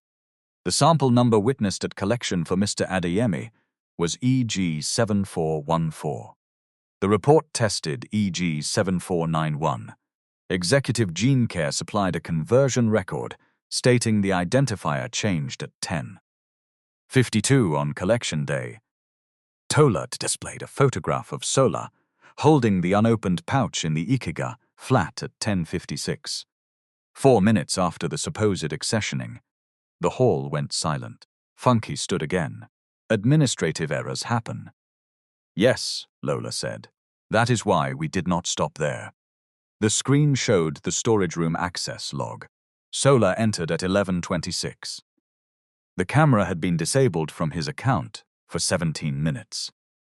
The screen then showed the transfer of 873,500 naira from Funke Alo's personal account to a company linked to Sole Alo's associate.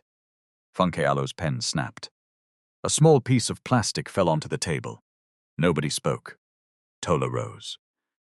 "Mr. Ibe has given a statement in the presence of counsel. He admits substituting Mr. Adeyemi Alo's sample at Madam Coca Alo's instruction. His statement, the physical seal batch, bank transfer and access records have been forwarded to the appropriate investigators and professional regulators." Funke Alo's face drained. "No," she said. "Sola is lying to save himself." "Then let us move to the independent results," Lola replied. The screen displayed both certified reports, one from Lagos and one from South Africa. Different laboratories. Separate sealed samples. Matching conclusion. Niyi Adeyemi was Zara Okoro Alo's biological father, with a probability greater than 99%. The silence broke into gasps. Every camera turned towards Zara. She did not smile. She looked at Funke. Funke looked back as if hatred alone could erase the screen. Niyi stepped towards the microphone. Zara consented to disclosure of the conclusion for this hearing. Because Madam Coca made the allegation public, no raw genetic data will be released to the media. That sentence mattered, he had learned. Funke Alo's voice rose. A paternity result does not prove anything about 21 years ago. Lola changed the screen. The 2004 incoming mail register appeared. 3 letters from Amaka Okoro, 3 signatures from Funke Coca. Then the handwritten instruction, return if she comes again, personal directive. Niyi addressed the board. I gave no such directive. Funke laughed too loudly. After 2 decades, anybody can produce an old book, Tola answered. The register came from off-site corporate archives. Its custody history predates the current dispute. Ink and handwriting comparison are ongoing. The next document was Amaka Alo's original cybercafe email printout. The message rejecting her pregnancy had been sent from Niyi Alo's account at 9:14 p.m. on August 26, 2004. Travel records showed Niyi was airborne between Lagos and Abuja at that time. IT archives from the old company showed Funke Alo's administrator profile logged into his office terminal.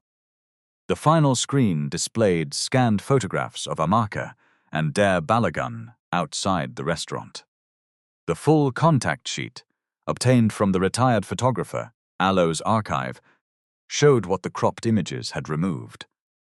Other college friends standing nearby, a condolence card in Dare Alo's hand, and Amaka Alo's cousin beside them. The supposed secret romantic meeting had been a group gathering after Dare Alo's father, Alo's funeral. Funke Alo's story collapsed piece by piece, not with shouting, with records. Chief Kola removed his glasses. Madam Coca, do you wish to respond? Funke stood slowly. Her voice trembled, then hardened. Yes, I did what was necessary. Amaka was wrong for him. She had no ambition, no connections, no understanding of the life Niyi was building. She would have pulled him backward. Amaka inhaled sharply. Funke pointed towards Zara. Look at them. One sick teacher and one rude girl in borrowed clothes. This is what all of you want to destroy a 21-year partnership for. Zara rose. Tola touched her arm. You do not have to answer. She walked to the microphone. Funke looked her up and down.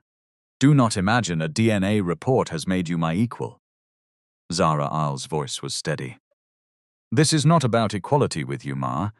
It is about what you did when you believed other people were beneath consequence. Funke opened her mouth. Zara continued. You intercepted a pregnant woman, Alo's letters. You sent lies from another person, Alo's account. You cropped grief into adultery. You corrupted a medical test and used the result to make the public laugh at my mother Alo's illness. Then you stood in this room and called it protection. Funke Alo's eyes shone with rage. I loved him. Love does not erase another woman Alo's voice. Love does not falsify science. What you protected was not love, Ma. It was control. The words traveled through the hall. Funke turned to Niyi. Tell them who stayed when your first project failed. Tell them who borrowed money from her family. Tell them who built this empire beside you. Niyi stood. You did, he said.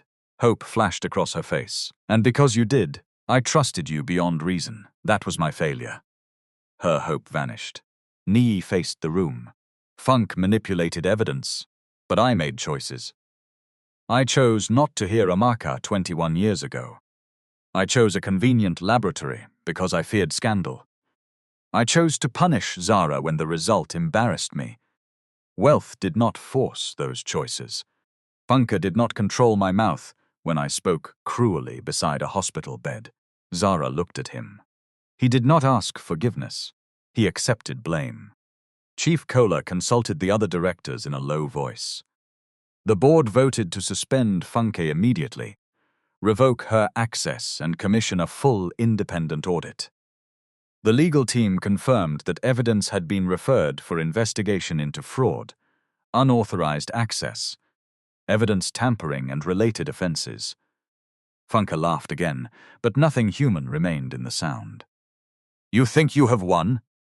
She asked Zara. You think his money will wash 21 years of poverty from your skin, Zara answered quietly.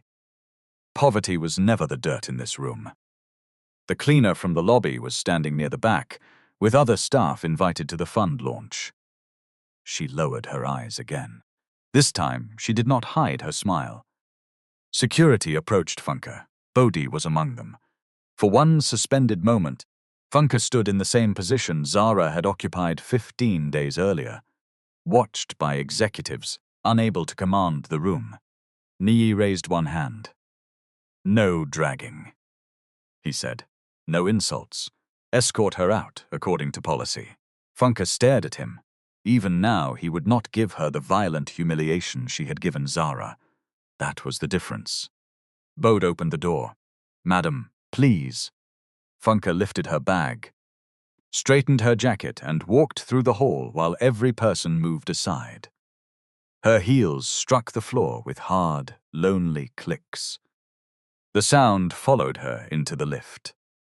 The board session ended at 11:26. The fund launch did not begin immediately. Niyi asked the guests to remain while the structure was revised publicly. The Community Cancer Access Fund will not carry my name, he announced.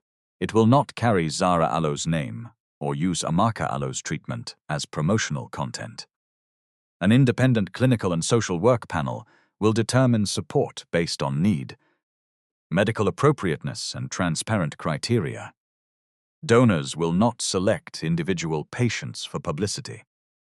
He turned to Zara. She has agreed to advise on patient communication and consent, subject to a written contract and fair payment. She has not agreed to become anybody Aloe's inspirational poster. A ripple of restrained laughter moved through the room. Zara nodded. Amaka tried to stand. The cane slipped from her hand. Her body folded before anybody understood what was happening. "Mummy!" Zara caught one shoulder. Niyi caught the other. Dr. Sani pushed through the row, lowered Amaka carefully to the floor and checked her pulse. "She is breathing. Give space." The cameras turned. Niyi stepped between them and Amaka. "No photographs," he said. His voice cut through the room. "Put those cameras down." For once, protection did not mean control. It meant privacy. Amaka had hidden worsening dizziness all morning because she feared missing the evidence session. Her blood pressure had dropped from dehydration, and her hemoglobin had fallen after treatment. She was taken by ambulance to Meridian, while Zara rode beside her. Niyi followed in another car. The public victory remained behind in the glittering tower. Real life continued in the ambulance. Amaka regained full consciousness 23 minutes after reaching Meridian. Her blood pressure improved with fluids. A blood transfusion was arranged after repeat tests confirmed that her hemoglobin had fallen low enough to explain the dizziness and weakness. Dr. Sani postponed the next chemotherapy session by 6 days and adjusted the supportive medicines. Nobody called the delay defeat. Zara sat beside the bed holding her mother Aloe's hand. Niyi stood near the door until Amaka opened her eyes and saw him. Did we finish?" she asked. Zara laughed through tears. "Mummy, you fainted after the most important part. Did Funky leave?" "Yes. Yes. Good. Nobody should drag her." Niyi stepped closer. "You frightened us." Amaka looked at him. "Use?"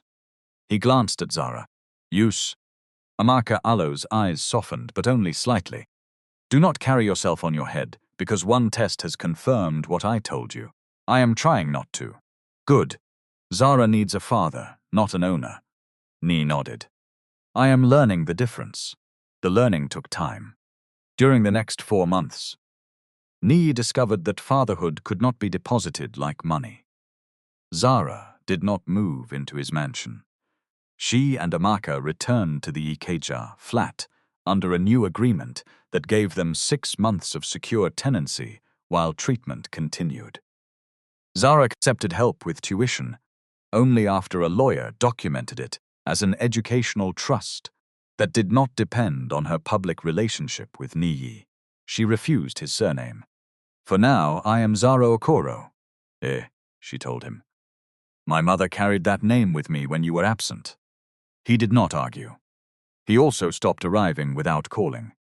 He learned that treatment days were not family reunion opportunities. Sometimes Amaka wanted him there. Sometimes she wanted silence. Once, after waiting outside for 2 hours, he was told she had changed her mind and did not wish to see anybody. He went home. That was progress. Amaka Aloe's treatment did not follow a clean upward line. Some weeks her blood results were strong enough to continue on schedule. Other weeks she developed severe diarrhea, exhaustion, or pain that required medication changes. She lost weight before slowly gaining part of it back. Her skin became dry. Food tasted metallic. On certain mornings, the distance from bed to bathroom felt longer than the road from Lagos to Kano. Zara kept a red notebook. Temperature, fluids, medicines, symptoms, questions. Dr. Sani often reminded her that she was a daughter, not a machine. "You must sleep," he said one afternoon. "Caregivers can collapse while everybody is watching the patient. Who will watch her if I sleep?" "The nurse. Your father, the neighbor. Anybody you trust for 2 hours." Zara squeezed her face at the word father. Dr. Sani smiled. "Biology has entered the building." Relationship is still climbing the stairs. Eventually, she allowed Niyi to stay with Amaka on Thursday evenings while she attended a restored online class. The first evening, she left 4 pages of instructions on the kitchen table. Niyi read all 4. At 8:12, Amaka asked for water. He brought it too cold. At 8:20, she asked for her nausea medicine. He reached for the wrong packet and stopped when he saw the color-coded chart Zara had prepared. At 8:31, Amaka looked at him and said, "You run a company with 3,000 staff, but one medicine box has defeated you." Niyi laughed. "The medicine box does not fear me. Good. Something should humble you." They laughed together for the first time in 21 years. The sound did not erase the past. It made room beside it. Fiancée Allo's case moved more slowly than social media wanted. Investigators interviewed staff, examined devices, and traced financial records. Her lawyers challenged the collection of some evidence and argued that the company dispute had contaminated the criminal complaint. Hearings were adjourned. Documents were verified. Solal's statement was tested against logs and bank records. Justice was not one dramatic gavel. It was paperwork that refused to disappear. Executive Gene Care suspended Solar immediately. The relevant professional body later revoked the credential under which he supervised identity-sensitive sample collection. He was charged in connection with evidence tampering and false documentation. His cooperation reduced some consequences, but it did not return him to the position he had abused. Fiancée was eventually convicted on counts relating to fraudulent electronic access, falsification of records, interference with evidence, and conspiracy. The court ordered restitution for documented investigation costs and imposed a custodial sentence. Separate corporate proceedings barred her from serving as an officer of the group and pursued recovery of funds linked to the scheme. She did not lose everything because she loved the wrong man.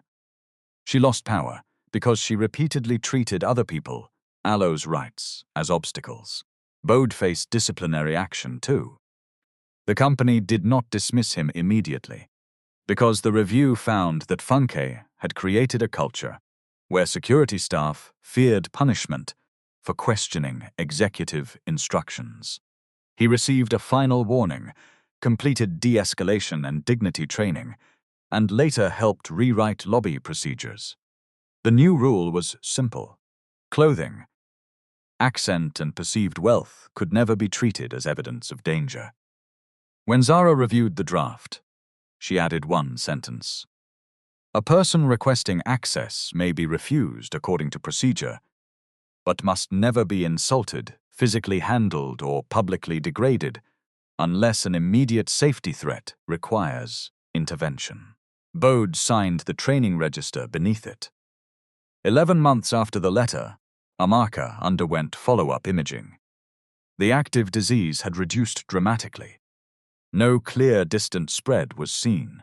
Dr. Sani used the phrase complete clinical response with caution and explained that it did not mean nobody would ever need to worry again. "You will continue follow-up," he told her. Regular examination. Imaging when indicated. Report bleeding, pain, urinary changes, or unexplained weight loss. We celebrate today, but we do not throw away tomorrow, Allo's appointments. Amaka wiped her eyes. "Doctor, can I call myself well? You can call yourself recovering. Can I return to teaching? Part-time first. Your body is not a generator you kick until it starts." She laughed. Zara cried openly. Niyi stood behind them, one hand over his mouth. That evening, they ate at the small dining table in the Ikeja flat rather than at an expensive restaurant. Amaka requested jollof rice, grilled fish, and cold malt. She managed half a plate. Zara made a speech nobody had asked for, thanking Dr. Sani, the nurses, the landlord, Tola, and Lola. Then she looked at Niyi. "And thank you for learning that help must come with ears." Niyi raised his glass. I am still learning. Yes, Zara said. Do not graduate yourself. Everybody laughed. By then, she called him Dad sometimes. Not every time. The first time happened by accident. They were leaving the hospital when she realized her red notebook was missing. Dad, hold this bag. He took it. Both of them froze. Zara stared at the floor. Niyi stared at the bag as if it had become sacred. Neither mentioned it. But he smiled all the way to the car. Zara returned to her program and completed the semester she had deferred. Her final project examined barriers that prevented low-income patients from understanding referral letters, test reports, and consent documents. She interviewed patients who had delayed care because they thought a complex letter meant treatment was impossible. She found people who had paid agents to interpret documents the hospital would have explained freely. She also found families who lost weeks moving between offices because nobody told them which records to keep. From that work came the urgent letter desk. The first desk opened in a corner of Meridian Oncology Center with 2 chairs, a locked cabinet, and 1 refurbished computer. It was not a charity theater. Patients did not stand before cameras describing their suffering. Trained volunteers helped them organize records, prepare questions, apply for verified financial assistance, and request explanations in language they understood. A notice above the desk read, "You have the right to ask what a document means before you sign it. You have the right to know the purpose, risks, and alternatives of treatment. You have the right to keep copies of your results. You have the right to be treated with dignity, whether or not you can pay today." The Community Cancer Access Fund supported the desk, but an independent panel controlled patient selection and spending. Niyi could not choose beneficiaries. Donors could not demand photographs. Zara Okoro's contract paid her for professional work, and every public use of her name required fresh consent. Lola insisted on those controls. "Good intentions without structure can still become abuse," she said. Zara agreed.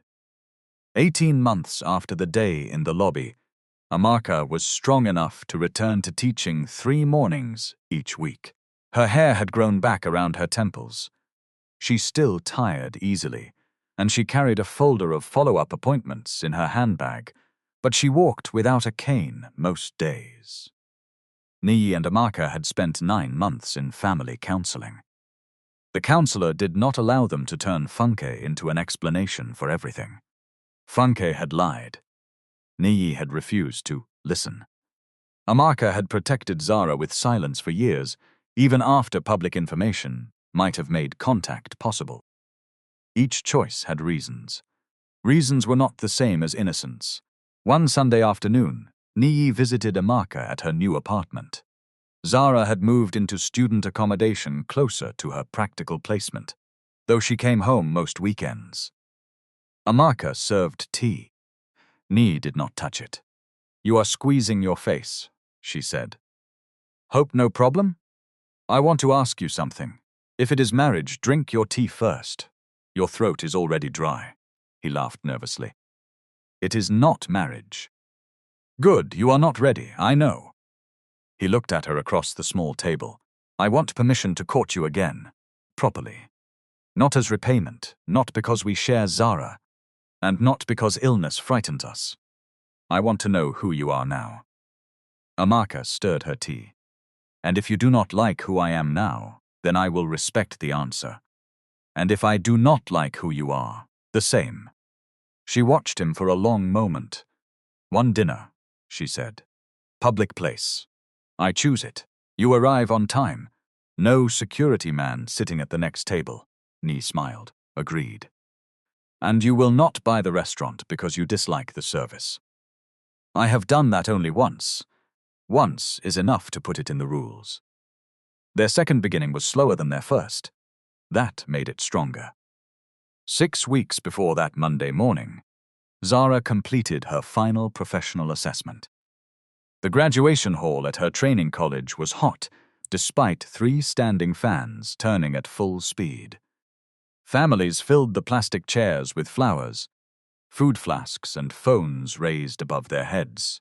Every few minutes, somebody shouted a graduate Alo's name before the announcer reached it. Niyi arrived 20 minutes early. He came without a press team, without a company banner, and without the habit of making himself the most important person in any room. He sat beside Amaka in the 4th row and held her handbag while she adjusted the scarf around her neck. "You are nervous," Amaka said. "I negotiate contracts worth billions. And your daughter collecting one certificate has made your palm wet. That is different. Yes, this one matters to your heart, not only your balance sheet." When Zara Alo's name was called, she crossed the stage in a blue gown and accepted the certificate with both hands. Her classmates cheered. Amaka stood first. Niyi stood after her and clapped until the people behind them complained that he was blocking their view. Later, outside the hall, a photographer asked Zara to stand between her parents. The word parents made all 3 of them pause. Zara looked at Amaka. Then she looked at Niyi. "Come," she said. They stood together. Niyi placed one hand behind Zara Alo's shoulder, but did not pull her closer. He waited. Zara moved the final inch herself. The camera clicked. It was the first photograph of the 3 of them. Afterwards, Niyi presented her with a slim envelope. Zara narrowed her eyes. "What is inside?" "Read it before accusing me." She opened it. There was no check. It was a letter confirming that the Educational Trust had paid the final balance of her tuition and would release the remaining funds only for postgraduate study, professional certification, or a public health project she selected. Niyi had no authority to withdraw the money if she disagreed with him. Zara read the last clause twice. "You removed yourself as sole controller." "Yes." "Tola and an independent trustee must approve any changes." "Why?" "Because love should not require you to remain obedient in order to feel secure." Zara looked at him for a long time. Then she hugged him. It was not the desperate embrace of somebody afraid to be abandoned. It was chosen freely, in daylight, after evidence, accountability, and months of ordinary effort. Niyi closed his eyes. "Thank you, Dad," she whispered. He did not answer immediately because his voice had disappeared. Amaka rescued him by saying, "Do not start crying and disgrace us in front of the photographer." "I am not crying. You are blinking like Nipa is taking light inside your eyes." Zara laughed against his shoulder. The photographer captured that moment too. Months later, the first family portrait hung in Niyi Alo's private study, not in the company lobby. Zara had insisted on that distinction. Their reunion was not a brand campaign. The urgent letter desk expanded gradually. The first 3 months produced more demand than the volunteers could handle, so Zara worked with social workers to create a triage system. Emergency symptoms went directly to clinical staff. Financial applications were checked against clear criteria. Questions about consent were referred back to treating professionals rather than answered by unqualified volunteers. Every worker signed confidentiality rules. Every patient chose whether relatives could receive information. Nobody was promised money merely because a story sounded painful. This made the project less dramatic than online charity videos and far more useful. One afternoon, a donor asked to film a woman receiving support and hand her a check on camera. Zara refused. "But people donate when they see emotion." "Ah," the donor argued. "Then show the audited accounts, waiting time reductions, and number of patients assisted," Zara said. "Do not ask a woman to display her fear so you can display your generosity." The donor threatened to withdraw funding. Niyi heard about the dispute and called Zara. "Do you need me to speak to him?" No. What will you do? Replace the money if he leaves? Niyi smiled. Good answer. Do not secretly replace it yourself. His smile disappeared. You know me too well. Yes, Dad. That is why the governance rules have legs. The donor stayed after Lola offered him a different form of recognition that did not expose patience. A wall plaque thanked all contributors equally, regardless of amount. The largest giver received no larger font. That policy irritated several wealthy people. It also protected the desk. 2 years after the torn letter, Zara was working at the urgent letter desk on a crowded Monday morning. The waiting area held traders, civil servants, artisans, and people who had traveled from outside Lagos before sunrise. Some carried thick files. Some carried only one piece of paper, folded until the creases had almost torn through it. An older woman approached Zara Okoro's desk at 11:38. Her wrapper was tied tightly at the waist, and worry had drawn deep lines around her mouth. She held out a wrinkled envelope. My daughter, she said. I do not understand what they wrote here. They said it is urgent. I was afraid to open it.